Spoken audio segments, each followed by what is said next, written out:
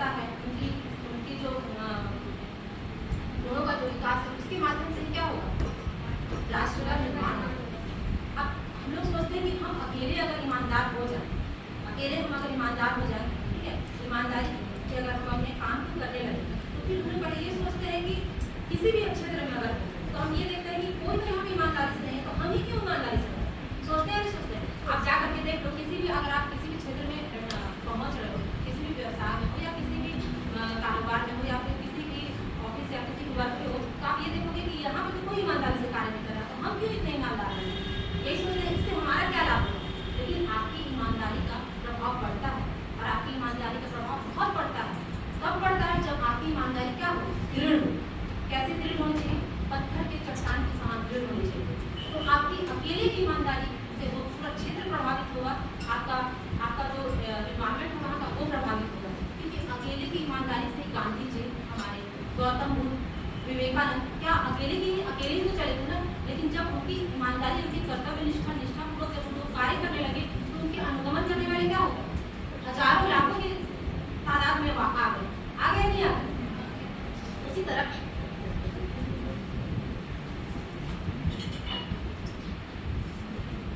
किसी भी क्षेत्र में आप होंगे, अगर आप सच्ची ईमानदारी से कार्य कर रहे हो तो उसका क्या पड़ेगा, उस क्षेत्र में प्रभाव पड़ेगा। क्योंकि आप खुद सोचो, जब एक तालाब स्थिर जल में, निश्चल जल में अगर आप एक पत्थर डालते हो तो क्या होता है, उछाल आता है, और जो उसकी तरंगे रहती हैं वो हजारों तरंगे वाइब्रेट होती है या नहीं होती, जल की सतह तक पहुंचती है। एक कंकड़ मात्र जब उस तालाब को प्रभावित कर सकता है, तो हमारी अकेले की ईमानदारी प्रभावित करेगी या नहीं करेगी। आप देखो कि एक जो माली होता है, माली एक छोटा सा पौधा लगाता है, अपनी नर्सरी में छोटा सा पौधा लगाता है, और वो पौधा ही क्या होता है, वो पौधा एक उद्यानों का, बड़े बड़े बंगलों की शोभा बढ़ाती है ना। तो वैसे एक छोटा सा बच्चा घर में बच्चे का जन्म होता है, और वो उसी वातावरण में उसका क्या होता है, पालन पोषण होता है, और जब उसको सही संस्कार मिलता है तो उसका क्या होता है, वही तो आगे जाकर के देश का नागरिक, सच्चा नागरिक बनेगा। जब उसको क्या मिलेगा, सच्चा संस्कार मिलेगा, एनवायरमेंट मिलेगा। क्या होता है, अगर किसी को भी बनाना है तो हम लोग को एनवायरमेंट प्रोवाइड करना चाहिए। आप देखोगे कि किसी भी एनवायरमेंट का, वातावरण का हमें बहुत ज़्यादा प्रभाव पड़ता है। आप पढ़ भी रहे, वातावरण का प्रभाव पड़ता है नहीं पड़ता है, बच्चे को, तो बच्चा हो या हम हो या आप, हर किसी के ऊपर वातावरण का प्रभाव पड़ता है ना। जैसा वातावरण होगा वैसा हम बदल जाते हैं। तो अपने घर के वातावरण को अगर अच्छा बनाएंगे तो हमारा घर क्या होगा, परिवार का निर्माण होगा, हमारे परिवार का निर्माण होगा या नहीं होगा। हमारे जब घर का परिवार का निर्माण होगा तो हमारे उसी घर से तो लोग निकलेंगे, उसी घर से तो सभी सदस्य होंगे, और उनके विचारों से आसपास का वातावरण भी प्रभावित होगा या नहीं होगा। इस तरह से हम लोगों को क्या करना है, नागरिक कर्तव्यों का पालन करना है। अब हम लोग ये सोचते हैं कि राष्ट्रीय निर्माण में हमारी क्या सहभागिता, नागरिकों की क्या सहभागिता है। तो हम नागरिकों को क्या करना है, हम नागरिकों को अपने गुणों का क्या करना है, विकास करना है। हमें अपने गुणों का क्या करना है, विकास करना है। अपने आप को क्या बनाना है, आत्मनिर्भर बनाना है। अपने जो हमारे सद्गुण हैं, सद्गुण कहाँ से आएंगे, सदचिंतन से आएंगे, सदविचार से आएंगे।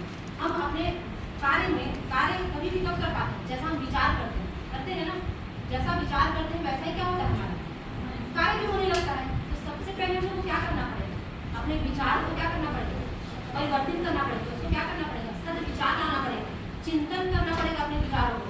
तब हम क्या करेंगे, अपने एक्शन में ला पाएंगे, अपने वर्किंग में ला पाएंगे। हमारे जो भी कर्तव्य हैं हमारे विचारों से ही बनते हैं, और कहीं ना कहीं हमारे जो विचार होते हैं उनसे ही हम प्रभावित होते हैं। जैसा कहा जाता है ना, हम जैसा सोचते हैं वैसा बन जाते हैं। क्योंकि लेकिन इन सब में समय लगता है, हम जैसा चिंतन करते हैं उसमें भी समय लगता है। क्या हम सब समय देने के लिए तैयार हैं, अपने लिए समय देने के लिए तैयार हैं, अपने आप को परिवर्तित करने के लिए तैयार है ना। तो हमको अपने चिंतन को परिवर्तित करना पड़ेगा। ये चिंतन परिवर्तित होगा कैसे, हमको अपने लिए समय देना पड़ेगा, हमें अपने लिए समय देना पड़ेगा। हम जैसे बोलते हैं कि हम पूजा कर लेके आ जाते हैं, पूजा करके आ जाते हैं। तो आज क्या पूजा में क्या हम लोग करते हैं, हम जाते हैं मंदिर, दर्शन करके, और जो हमारी परेशानी रहती है उनको बता करके आ जाते हैं। यही करते हैं ना, वहाँ बैठते हैं भगवान के पास हम लोग थोड़ी देर कभी बैठते हैं। देखो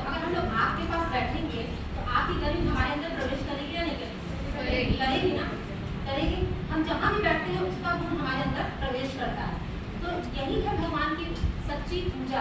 अगर हमारे अंदर उनके गुण प्रवेश कर रहे हैं तो हमारी पूजा क्या होगी, सार्थक होगी या नहीं होगी। तो हमको भगवान के पास बैठना है और बैठ कर क्या करना है, उनके गुणों को अपने अंदर धारण करना है। ऐसा कर पाते हैं हम लोग, नहीं कर पाते ना। आज का पूजा क्या हो गया, सिर्फ आप सोचो कि हमारे फूल चढ़ाने से, फूल भी हम चढ़ाते तो अपने लिए चढ़ाते हैं, आपको पता है या नहीं पता है कि वो जो जिस तरह मुस्कुरा रहा है हम भी उसी तरह मुस्कुरा सकते हैं। हाँ ठीक है। और हमारे प्रसाद चढ़ाने से क्या मिठास बना रहे हैं, इसलिए हम लोग प्रसाद चढ़ाते हैं मीठा। भगवान जी नहीं खाते हैं उसको, हम अपने लिए चढ़ाते हैं, हम ही खाते हैं। हाँ तो बस बच क्या गया हमारा, ये तो हो गया, ये सब हम अपने फायदे के लिए कर रहे हैं। लेकिन मुख्य फायदा क्या है हमारा, भगवान को खुश होंगे। भगवान तभी खुश होंगे जब वो देखेंगे कि भगवान, इंसान एक ऐसा मनुष्य, मतलब एक प्राणी है जिसको भगवान ने सबसे सुंदर अपने जैसे बनाकर भेजा ही भेजा है ना। और इसलिए वो यहाँ हम लोग को अपने जैसे बनाकर भेजा है ताकि वो उनकी बगिया को अच्छे से संभाल के रख सकें। क्या आज हम कर पा रहे हैं उस चीज़ को। आज कितने देशों, आज हमारे देश में कितनी अनैतिकता, हर चीज़ बढ़ गई, बढ़ी या नहीं बढ़ी। अब इसके लिए कौन जिम्मेदार है। अगर हम बोलेंगे कि इसके लिए सरकार कानून बनाए, अगर हम लोग बोले कि राष्ट्र निर्माण, क्षेत्र निर्माण के लिए कानून बनाए सरकार, समाज कुछ करे, तो क्या कानून बनने से कुछ हो सकता है। कानून तो कहीं बने हैं, कुछ हुआ है। तो इसके लिए हमको आगे आना पड़ेगा, हमें अपना स्वयं का निर्माण करना पड़ेगा। सरकार के कानून बनाने से कुछ नहीं होगा, हमें स्वयं का पहले निर्माण करना पड़ेगा। जिस प्रकार उपासना से हमको हमें शक्ति मिलती है, उसी प्रकार हम लोग को क्या करना है, अपनी शक्ति को बढ़ाना है। क्योंकि मनुष्य क्या है, मनुष्य ही एक ऐसा प्राणी है जिसको बुद्धि, विवेक सब कुछ मिला हुआ, बस उससे क्या हो जाती है, वो क्या होता है। देखो मनुष्य जाति में एक पशु की श्रेणी में तो आता है ना, पशु की श्रेणी में आता है या नहीं आता। अगर हम उसमें संस्कार न दें, अच्छे गुणों का प्रवेश न कराएं, तो फिर वो पशुता के अंतिम शिखर तक पहुंचता है या नहीं पहुंचता है। मनुष्य ही तो है जो सब कुछ बुरा भी कर सकता है और सबसे अच्छा भी कर सकता है। लेकिन बुरा करेगा तो देश क्या होगा, देश गर्द की तरफ झुकेगा। और अगर अच्छा करेगा तो क्या होगा, देश का क्या होगा, विकास होगा, उत्थान होगा। आप देखो जापान जैसा देश, कितना छोटा सा देश है, और सेकेंड वर्ल्ड वॉर में आपको पता होगा कि हिरोशिमा और नागासाकी पे क्या हुआ था, बम ब्लास्ट हुआ था। और इतना खतरनाक बम ब्लास्ट हुआ था कि आज भी उस क्षेत्र में क्या होता है, वहाँ पे लोग सही सलामत जन्म नहीं लेते हैं। आज भी वहाँ के लोग क्या होते हैं, विकलांग होते हैं, डिफेक्टिव होते हैं। लेकिन ये बताओ आप, हमारे अगर जापान को देखा जाए तो उसका 10% से ज़्यादा सहयोग है पूरे वर्ल्ड में, आर्थिक रूप से, इकोनॉमिक से। तो आप ये बताओ कि जापान कितनी जल्दी, बहुत जल्दी वो ग्रो किया। वहाँ का ग्रो करने का कारण क्या, उनके नागरिकों का क्या होना, समर्पण होना, उनके नागरिकों का क्या होना, कर्तव्य निष्ठा पूर्वक अपने कार्य को करना। वहाँ के लोग किस तरह से कार्य करते हैं, किस तरह से कार्य करते हैं, वो लोग सब कुछ भूल जाते हैं अपने कार्य क्या। और हमारे यहाँ के लोग अपने कार्य को क्या करते हैं, कार्य को भूल जाते हैं, अपने कार्य के प्रति समर्पित नहीं होते हैं। तो क्या किसी के मेहनत के बिना आगे तो बढ़ सकता है।